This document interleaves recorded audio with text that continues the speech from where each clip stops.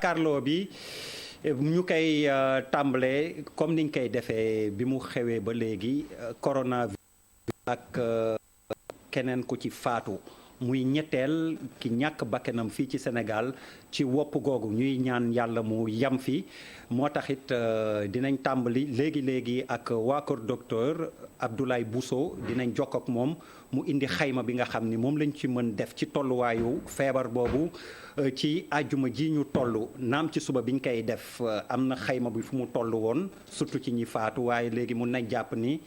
xibaar bi siiw na officiel na communiqué nañ tamit ba tax na am na keneen koo xam ne ñàkk na ci bakkanam ku ko amoon ca Ziguinchor moom Abdoulaye Bousso docteur Abdoulaye Bousso dinañu ci leeralal bu baax waaye bu ñu xuusee waxtaan wi it gannaaw wàllu waa kër docteur am na coow loo xam ni lëmbe na réew mi semaine bi mooy ndimbal gi nga xam ni war nañ ko jox ñi nga xam ni corona bi lompoñ noo la leen ba tax na coow lu bëri ceeb bi niñ ko joxee ndax jaar na yoon ndax tamit niñ koy transporter maanaam nañ koy yóbboo ba ci ñi ko war a yore marché ba nañ ko joxee ndax jaar na yoon loolu yëpp dinañ ci waxtaan nu mu gën a yaatoo nguur gi ku ko fi taagal tey Mame Boye Diao lay wuyoo ñu ngi lay nuyu Mame Boye. waaw Der maa ngi lay nuyu di nuyu Sénégal yëpp di nuyu particulièrement nag sunu mbokk sénégalais yi nekk ci diaspora bi.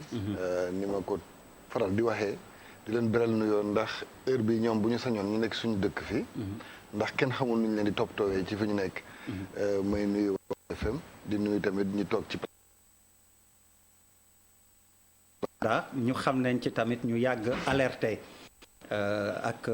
taxawu ñi nga xam ni ay néew di doole lañ seen loxo jotul seen ginnaaw te gannaaw defe naa séddale bi ñu toll nii dinañ dem foo xam ni dinañ soxla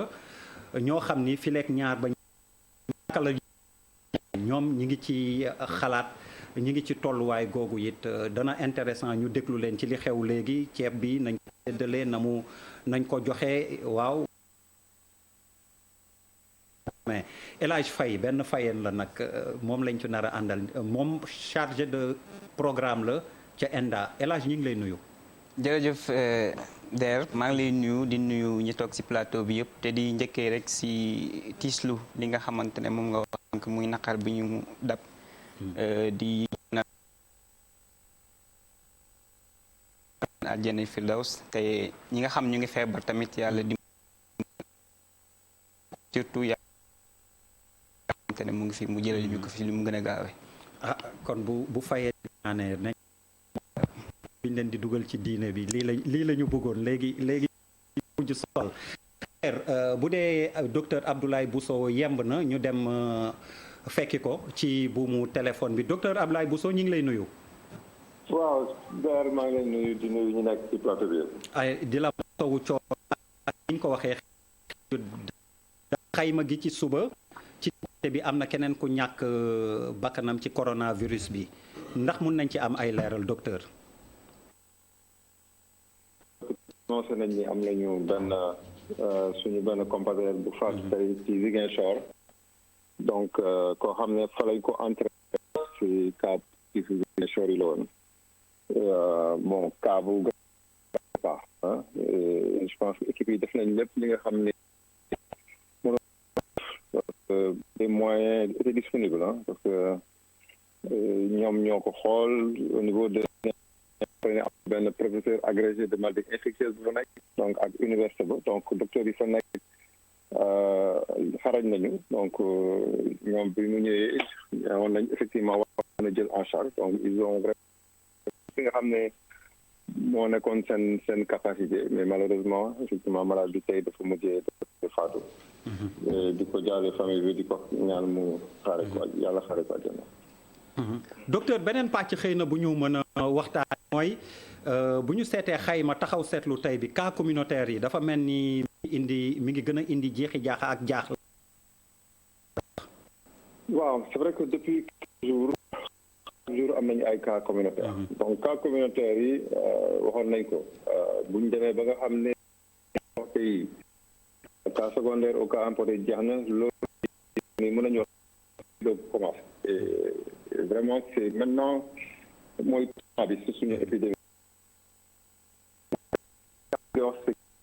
am na parce que bu ñu jàppee ni am na ñoo xam ne feebar nañu dire que 100% des contacts dinañ leen gis dina am ñoo xam ne mun na duñu développer ay signaux am trop ils peuvent guérir ils peuvent contaminer d'autres personnes donc c'est des cas yoo xam ne il faut s'y attendre surtout boo commencé déjà à am des centaines de cas dans le pays. Maintenant c'est une grosse préoccupation et je pense fi mu nekk nii ñu ngi ci liggéey tous les stratégie bi ñu jël mooy déjà dañ leen di cerner on essaie le maximum contact yi nga xam jël leen en charge teg leen mettre en quarantaine prélever le maximum de personnes les premiers temps yi yokku woon c'était à cause de site yi Goudiri moom c'est un cas communautaire mais bu Goudiri bi c'est pas un cas communautaire donc dañu vraiment mettre en quarantaine rapidement les personnes et prendre en charge le maximum de contacts, tester leen. Et donc ce qui nous a donné les chiffres qui ont augmenté effectivement. On a eu une vingtaine au niveau de Louga et un bon nombre également au niveau de Tambacounda. Maintenant, ce qui se passe avant nag boobu ba léegi amuñu vraiment l'explication, c'est comment ces personnes ont été contaminées. Donc ñu ngi ciy gëstu quand même parce que am nañu aussi yeneen jumtukaay yoo xam ne peut-être duñ ci trop ñu ngi ciy gëstu pour mën a def des liens entre cas communautaires yooyu. Parce que dans la communication lu ñuy def mooy suñu amee cas bi rek suñu amul vraiment sur le champ une explication claire ni am na benn lien ak malade dañu koy classer communautaire. Mais ça n'empêche que nos équipes dañuy continuer di ko investiguer parce que il faut qu'on trouve une solution. Des fois dañu gis ñoo xam ne bokk nañ même et après on peut trouver un lien à un moment et cas communautaire lié nañ ko ak une personne. Également le laboratoire va nous aider parce que dañuy dem analyser virus bi sur ces personnes sur le plan génétique et loolu aussi mën nañu jox des liens éventuels entre donc ça reste quand même. Et aujourd'hui, je pense que avec déclaration ministre de la Santé bi sur le port de masque, il faut que ñu yokkaat d'un cran par rapport aux mesures. Et je pense moi aussi que le port de masque doit être obligatoire dans les lieux publics, obligatoire dans les marchés, obligatoire dans les transports, obligatoire dans tous les endroits en tout cas où les gens se rencontrent parce que ça va aider à rompre cette transmission. Parce que comme on l'a dit, c'est les personnes qui transportent le virus. Et tant qu'il y a, on ne sait pas qui est malade. Et quand on arrive à ce stade, c'est très difficile de pouvoir identifier les contacts. Aujourd'hui, bu ngeen demoon États-Unis wala dem France ñoom waxatuñu ay suivi de contact ay feebar rek la ñuy suivre. Donc c'est important aujourd'hui ñu jël loolu en compte. Bon, c'est vrai que on n'a pas encore amuñu critère boo xam ne mu tax gox boo xam ne amuñu ci maîtrise. bi créé vraiment benn cluster mooy c'est-à-dire beaucoup Louga bi la et je pense que yàlla def na pour le moment fermé nañ Louga et tous les cas yi nga xam ne diagnostiqué nañ Louga c'est des cas yoo xam ne ok mais c'est des choses yoo xam ne mën na aussi génnaat feneen donc loolu aussi sal docteur bi ñu ko waxee nee na utiliser masque bi laaj ba koy libéré ayca bu dee laaj docteur bi mi ngi lay déglu. li may wax mooy docteur Bousso wuyul la Birima. nuyu docteur di la féliciter di féliciter ses collègues yëpp ak seen ministère bi wax dëgg yàlla jàmbaar ngeen mais man li may jaaxal mooy jusqu'à présent lan moo tax comité bi exiger en tout cas deful recommandation forte pour que Sénégal ñu exiger nit ñi ñëpp sol masque parce que comme mënu bu ñoo confiner nit ñi enfin defaguñ ko mais am na pays yoo xam ne masque la ñuy xaar parce que bu ñu xaar ba affaire bi egg jéggi day ko toog bi je ne sais pas en tout cas est-ce que lan la ñuy vraiment demander kii bu forte ne Sénégal kuy génn sa buntu tax cas contact cas communautaire yi wàññeeku na bi am déet docteur. mais le ministre de la santé du mu waxee il y a une recommandation boo xam ne ministère joxe na ko pour le port de masque ci public donc recommandation bi jox nañ c'est vrai que au départ amoon nañ benn discussion si pour décréter te amoo assez de masques difficulté bi mais aujourd'hui gis nañ des tailleurs di toog yaay benn débat bu doon am sur le type de masque mais moi je fais partie des gens yoo xam ne pour man type amul trop important. Il y a des dañu naan même fleur boo ko defee même si c'est un pourcentage qui n'est pas très important mais au moins barrière ak intervention en tout cas ministre de la santé déclaration bi mu def et je pense ñun di ko appuyer et vraiment aujourd'hui en tout cas par rapport à fi ñu toll ñu ngi wax toujours confinement mais moi je dis masque bi c'est un confinement nañu ko def ça nous beaucoup aidé que si rythme bi un peu di éclater un peu partout sans pour autant ñu mun leen liggéey on peut arriver je pense que si li ñuy bañ mooy un confinement total donc je suis tout à fait d'accord que effectivement je pense que la position doit être et je pense même il faudra l'accompagner par des même avec les forces de défense et de sécurité ba nga xam ne le masque doit être à mon avis pour moi imposé dans les endroits publics. Charles Faye. Je remercie de lu mu ne mooy que quand même moi quand je parle de port obligatoire du masque le ministre était là et le docteur lui-même était là. C'était le 3 avril.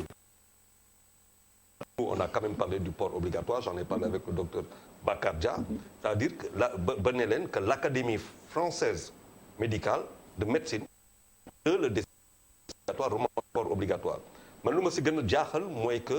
ñu toll ba léegi si recommandation bu ñuy toog di xool marché yi démb ñu ngi gis ay images tey ñu koy gis le matin di xool marché yi may gis corniche yi nit ñi di sport nit ñi di doxantu ak loolu yëpp cas communautaire yi di yokk ba pare on sait que nos tailleurs mën nañ def masque yooyu amul man pour moi il y a une faiblesse notoire boo xamante ne que mënu ma ko comprendre mënu ma ko expliquer fekkante ne c'est vrai que nit ñi dañu juumoon en fait juumuñu tubaab bi c'est parce que amuñu woon assez suffisamment de masques seen dëkk ñu war a dem commander ko mu nekk loolu jaaxaloon lool alors que ñun on n'a pas ce problème par rapport au tubaab bi c'est que nous avons des tailleurs à tous les coins de rue dans un premier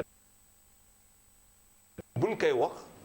c'est bien avant le 1er avril ah buñ koy wax affaire bi dafa yomb c'est que expliquer en Asie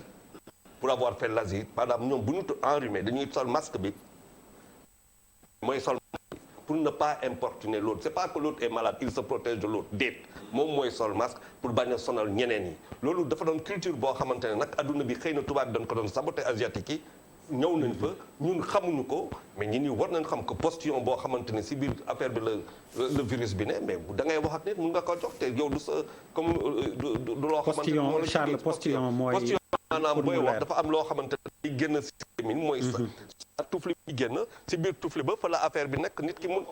bët mën na ko bañ a bët du ko gis c'est-à-dire virus bi bët du ko gis nga jox ko nit nit ñi xam ko communauté scientifique xam ko suñuy nit yi xam ko léegi c'est une décision forte d'ailleurs yaa ngi liggéey pour moi à mon sens il y a une faiblesse de l'État notoire sur cette affaire-là lu may gis nii bu dee day continuer on aura à le regretter parce que le port de masque doit être obligatoire dans les lieux publics. Pape Djibril Fall docteur. docteur maa ngi lay nuyu dañu am benn alerte boo xamante ni aussi depuis Goudiri la dañu wax nañu que ñi dafa am ñu bëri ñoo xamante ni même bu fekkee ne waa dëkk bi am nañ pleine conscience que def geste barrière yi bu baax mais dafa am ñoo xamante ni dañu dëkk ci village environnant yi ci Goudiri yi mais dañuy jóge foofu di ñëw di fréquenter marché bi mais il paraît que bu ñu ñëwee dañuy négliger geste barrière yi bu baax a baax te dañuy jëflante ak waa marché bi te amul benn dispositif boo xamante ni ñoom gis nañ ko est-ce que tey jii Goudiri yi am na taxawaay boo xamante ni mérité na ko am ak li nga xamante ni moom moo fa feeñ. waaw déjà je may commencer si par rapport ak Sall lu ma wax bon mënuñu ay stratégie comme